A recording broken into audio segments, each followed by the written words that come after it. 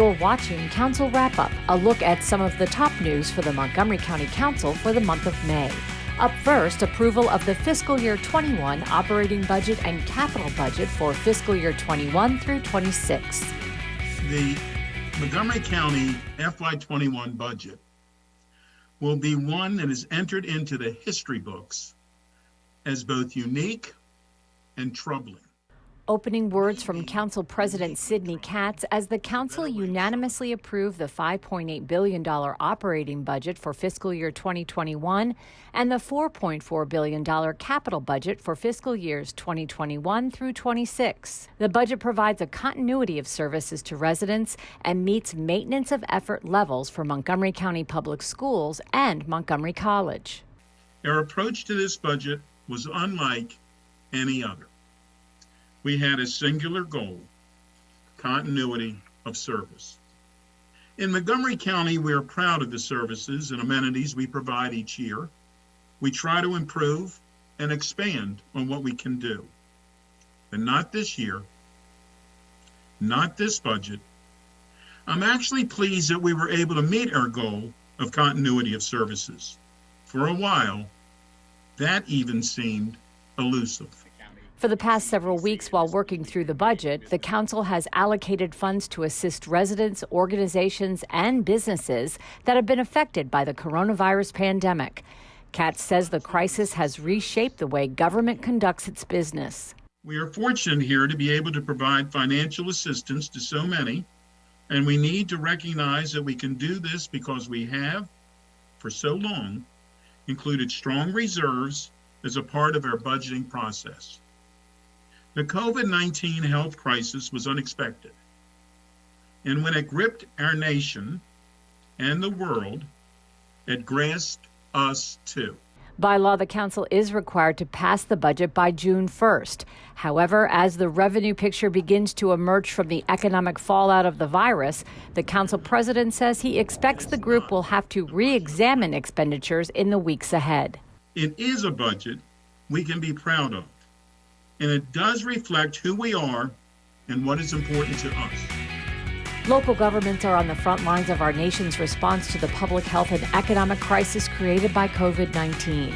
Here in Montgomery County, the Council has provided close to $50 million in assistance to help residents get through this crisis. As the coronavirus pandemic continues here in Montgomery County, so does its consequences. Since March, close to 500,000 people have filed for unemployment in the state of Maryland, with Montgomery County having some of the highest unemployment numbers. Food banks across the region have seen the demand for services skyrocket. God bless you, all right? Many residents are unemployed due to the virus, which means people are using food pantries for the very first time. You saw the jobless numbers. That means people are not eating as regularly as they should, and food insecurity is a serious issue. At grocery giveaways across the county, residents find themselves lined up hours early. But they wait because they have to put food on the table, even though some of them will be turned away because the food supply runs out.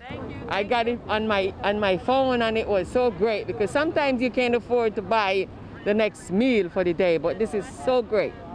We appreciate. I'm Councilmember Craig Rice, and I'm here at Borer Park. Council members have been out in the community and have seen the demand, which they say is overwhelming. The line is still wrapped around the parking lot.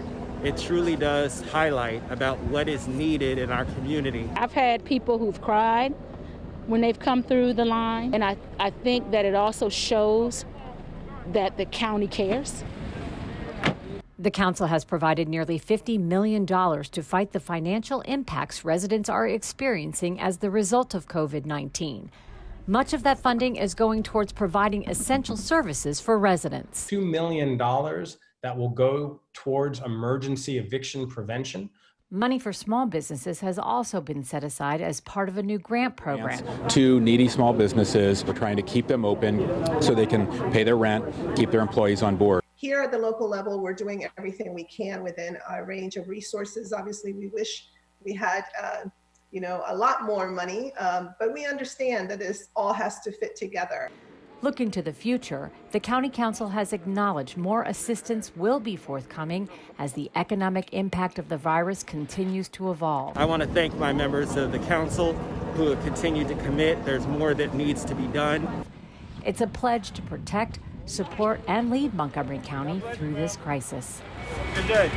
COVID-19 has introduced some families to food insecurity for the first time and put new strains on those already struggling with it. Councilmember Will Jawando has partnered with some local organizations to relieve some of that burden for those families. Good morning. Come on. Hundreds of cars lined up early for a chance to receive a free box of groceries, a sign of the real need the COVID-19 pandemic has created here in Montgomery County. Thank you. Well, some people have been waiting a couple hours, and because they want to make sure they get their food. Councilmember Will Jawando is partnering with the Kingdom Fellowship Church, the Montgomery County Department of Recreation, the Capital Area Food Bank, and Nourish Now to coordinate the giveaway. It's very organized. This was the fourth week of the Grab and Go event. God bless you, all right?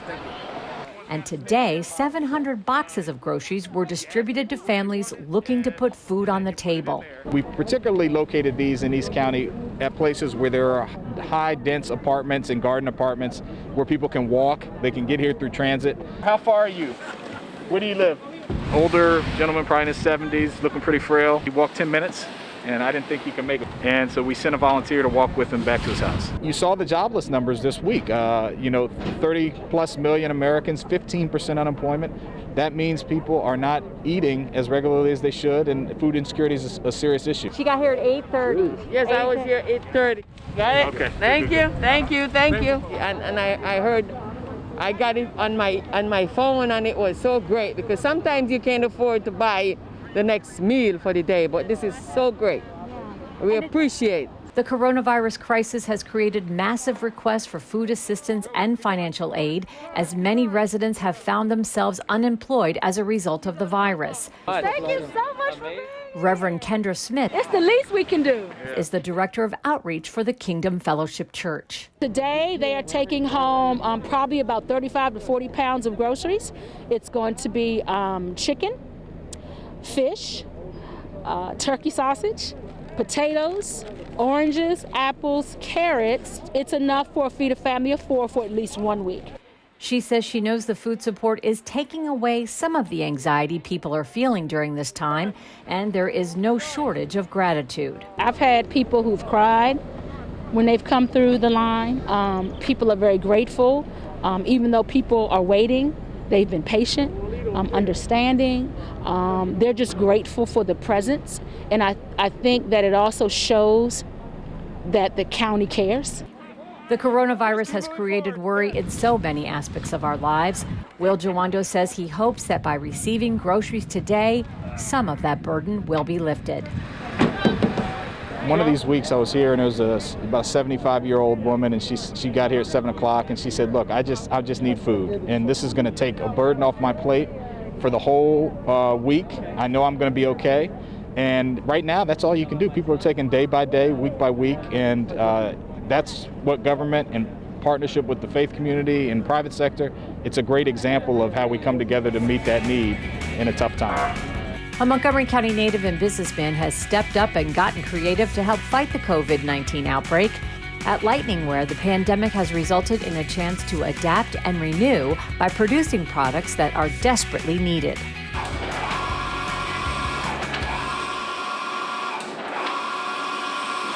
In just 2 short months, Dan Walsh's company Lightningware has gone from making lacrosse jerseys to face masks. The shift came after jersey orders dropped off, and his mother made the suggestion to get in the business of making masks to generate income. We're laughing about it at first and said, hey, let's go do this. And so we started making masks and just sort of all snowballed from there. The sports apparel company is located in Kensington, where a handful of employees are working around the clock to fill orders for customers across the country. So far, they've made more than 70,000 masks, making Lightningware an essential business helping to respond to the coronavirus pandemic. It started out as a lot of nursing homes, hospitals, but now it's kind of expanded with people starting to come back to work and stuff. So we've done roofing companies, you name it, Secret Service. I mean, we've got a lot of different companies, including the county, who's been great to us. Montgomery County is purchasing the county flag masks for its frontline workers, a partnership this county native says he's grateful for. He's also getting orders from large corporations and hospitals. And with those orders, they are going through 4,000 to 5,000 yards of fabric per week. Yeah, it's become a fashion statement also. And the custom thing, businesses from now on are going to have masks. You know, restaurants, bars, whatever's going to reopen in the near future or in the future period, you know, you're going to have to wear a mask to go in one. So, you know, the custom mask is kind of here for a while, I believe. You know, I don't see any ending anytime soon. And Walsh's kids are getting a crash course in Business 101. They're responsible for taking orders and shipping all of the masks, which is done out of their home. He told us there's a running competition to see who can get the best customer service review. And it's been, for me, a family experience, too, because I have 2 high school daughters and an 8th grader, along with my wife and son, that are all filling orders daily, and they're probably, we've routed some phone calls to them. So if you're calling in, they're some of the people answering the calls and doing a great job on the back end of the support that nobody sees. So giving them a little plug for their hard work. And Lightning Wear's bestseller? You know, you got to go with either the Maryland flag or the USA flag. You know, we are shipping out all over, but it's amazing how many people in Boston and New York and, you know, California that are buying Maryland flags because they love their flag, and so do we. And now that the face mask has become such a hot commodity and a fashion statement of sorts, companies like Lightning Wear have found a new calling that they never dreamed would take them to where they are today. And, you know, our volume's gone up from, how can I say, doing a couple of thousand a week to 10,000 a week or more, which is amazing. If you'd have told us that a month ago, I'd have laughed at you, but somehow we found a way to do it.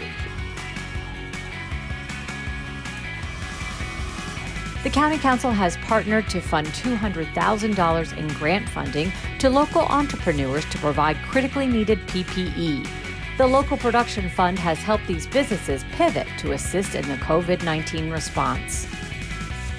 Innovation is coming together in amazing ways here in Montgomery County. The COVID-19 pandemic has businesses thinking differently about how to keep their doors open.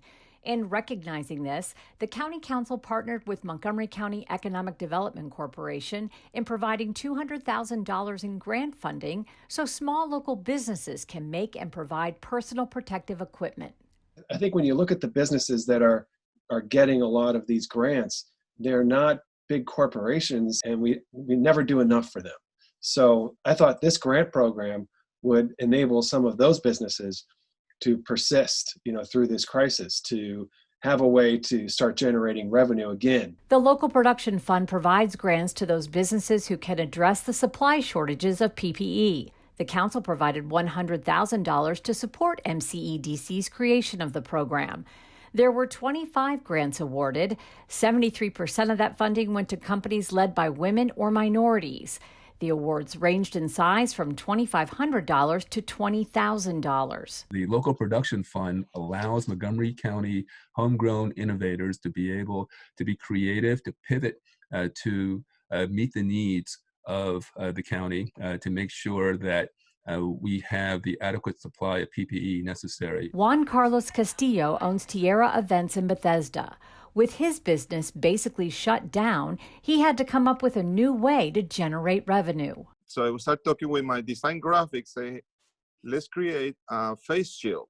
He and his team were recently awarded a grant through the Local Production Fund so they could make face shields for first responders and other frontline workers. It was a big help, helping me to get the materials and also to pay to the employees.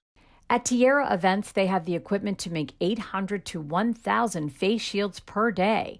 Castillo sees his product as being attractive to restaurant owners and workers as those businesses begin to open up. You know, this is a grassroots community kind of venture strategy. Frankly, the county needs this sector for the long term. Well, that does it for this edition of Council Wrap-Up. For more information on the council's work, visit their website. For County Cable Montgomery, I'm Susan Kennedy.